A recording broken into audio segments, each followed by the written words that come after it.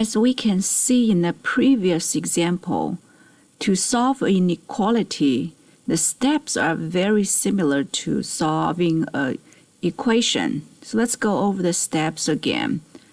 So first of all, if we have parentheses, we're going to distribute to get rid of parentheses. Secondly, we combine like terms on each side. The third step and the fourth step, we move the terms with the variables on one side and without variables to the other side. And in the final step, to get the variable by itself, we divide by the number in front of the variable, which is called the coefficient. Also, if we have an equation with fractions in there, one option, it's not 100% required, but it's recommended because fractions are difficult to deal with. We can multiply both sides by the LCD to get rid of the fractions. So we can do the same thing when we have an inequality involving fractions. And if we have an inequality with decimals in there, we can multiply both sides by a multiple of 10, such as 10, 100, 1,000, and so on to get rid of the decimals. So now let's look at the examples. In both of them here, we see equations, fractions, and these are inequalities. But the steps are going to be the same as we just went over. So the first thing I want to do is to get rid of the fractions. Again, if you feel comfortable adding fractions, you don't have to, but I highly recommend that we get rid of the fractions. Okay, so let's find the LCD by looking at the denominators, 3, 2, and 4. As we discussed in our chapter 1 that we can, LCD means LCM of the denominators. So we're going to look for the LCM of 3, 2, 4. And since the numbers are small, you may be able to just tell by looking at them, and we can see all three of them goes into 12. 3 goes into 12, 2 goes into 12, and 4 goes into 12. If you cannot see it, you can list multiples of them and find a common one, or by doing factoring. So if you forget how to do that, go back to chapter 1 to find the video how to find LCM. Okay, so now we are going to multiply both sides by 12. And so we multiply the left-hand side by 12 and the right-hand side by 12. Notice on the left we got two terms. We're going to distribute 12 to each of the terms in the parentheses. So we're going to have 12 times 2/3 x. And since we're going to multiply fractions, let's put a 1 underneath 2. That makes it easier for us to multiply.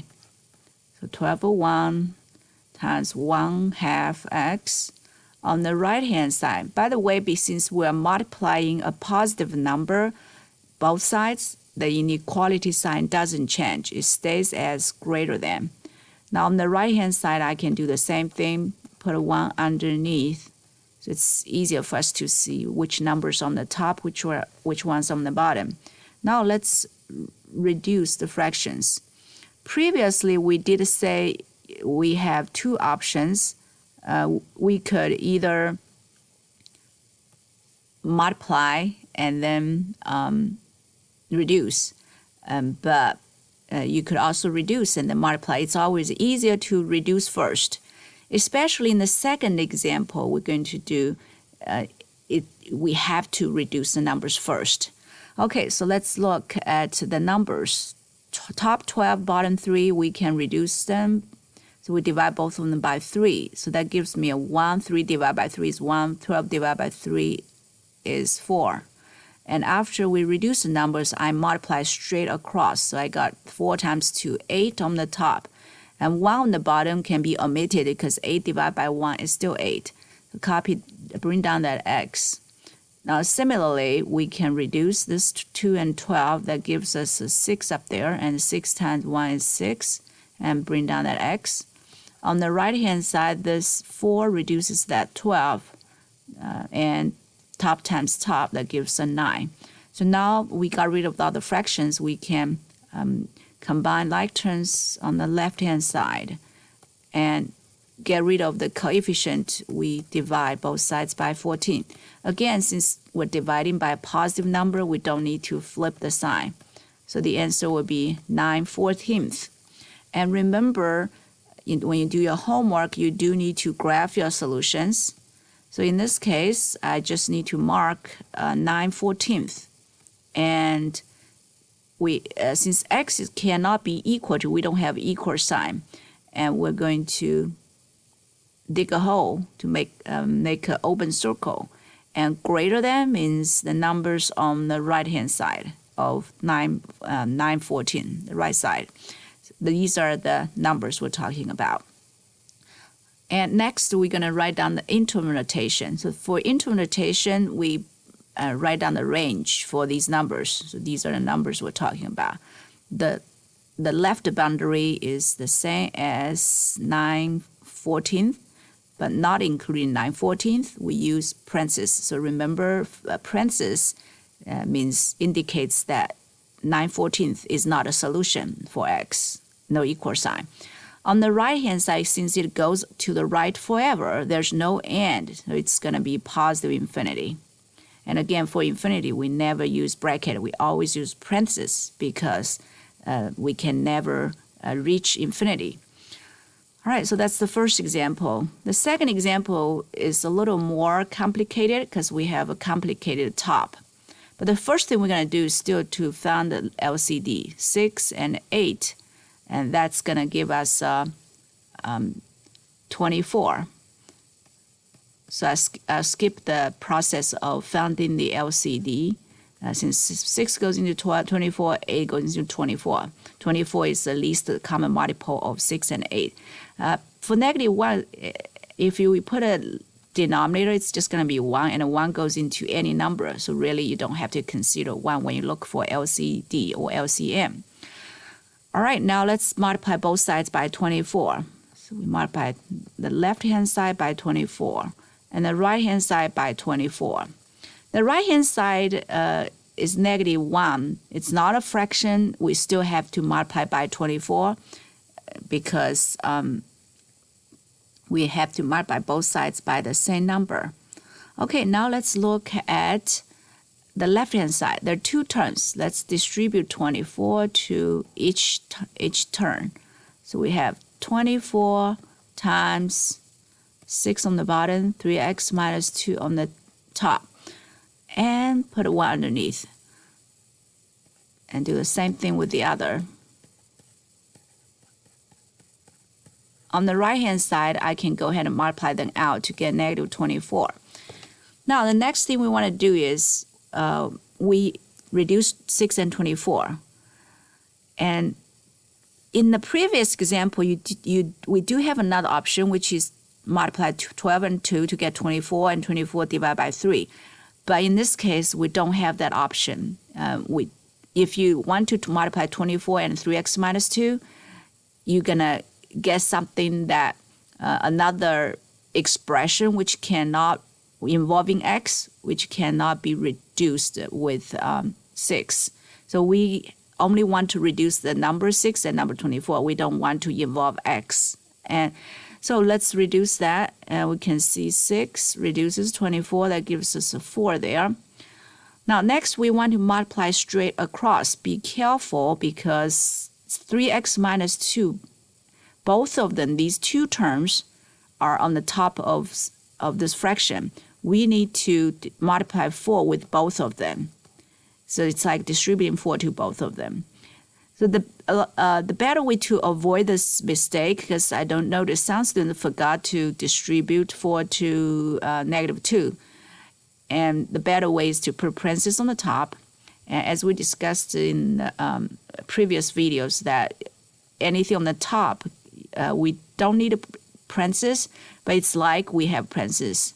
So similarly, we can put parentheses there to indicate that 5x minus 1 as a whole, as at the top. So we reduce these two to get a 3 up there. And we got distributed 3 to actually not just 3. The sign in front of 24 also goes with 3. So it's like distributing negative 3 to that. Maybe I can rewrite it so we can see better. Minus 3 times 5x minus 1 less than negative 24. So now we distribute 4 to both of them. So 12x minus 8. Now again, distribute a negative 3 to both of them. Negative 15x plus 3 less than negative 24. Okay, so right here we got to be very careful. In the first case, we didn't have 2 terms on the top. It's just a 2 or 2x. In this case, we got 2 terms, so both terms need to multiply 4. When we say top times top, both 3x and the minus 2 are the top of the fraction. So we got to do 4 times both of them. Okay, now let's combine like terms. Negative 3x, negative 8 plus 3, that's minus 5. And next, we're going to move negative 5 to the right side by adding 5. So that gives us negative 3x less than, that's a 5 there here, negative 19. Now, in order to get rid of negative 3, we need to divide both sides by negative 3. And remember, when we divide both sides by a negative number, we must flip the sign. So here, greater than will become a less than. Less than will become a greater than. So now we have negative 3 divided by negative 3, it's 1. 1x is greater than 2 negatives make a positive, so 19 thirds. And let's draw the graph for that. It's very similar to the graph of the first one. So we put 19 thirds here and make it an open circle, and it goes to the right. Although the original equation has less than, after we divide both sides by a negative number, it flips the sign. And so now we have this graph, and the interval notation will be 19 thirds to infinity. So that's the range. And for parentheses, we use parentheses to indicate 19 thirds is not included. Now let's look at a decimal equation. So we can choose to multiply both sides by 100, since we see 2 decimal places in this inequality. So just like solving equations. But you can choose to keep all the decimals if you want to, but I want to do the new way. If anybody wants to learn the new way. After we multiply 100, we distribute 100 to both of them. So we got 100 times 0.26x plus 100 times 0.09. And by the way, make sure you don't distribute 100 to the parentheses, because between 0.09 and 100 minus x, it's multiplication. We don't distribute a multiplication to multiplication. Between these two, it's plus, so we have to distribute to both of them. Now, on the right-hand side, we get 4,300. So next, let's simplify. Multiply these two. That gives us 26x. And multiply 100 and 0.09. That gives us 9. And again, don't distribute 100 to the parentheses because it's all multiplication right here. So we don't distribute a multiplication to multiplication. But we do just need to distribute 9 to both of them since it's subtraction here. So now we got 900 minus 9x.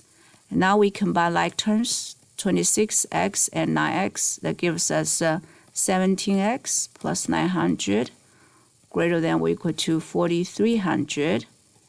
And move 900 to the right. And it gives us 17x greater than or equal to 3,400. And we can divide 17. And since we're dividing both sides by a positive number, we don't flip the sign. And the graph will be including that 200.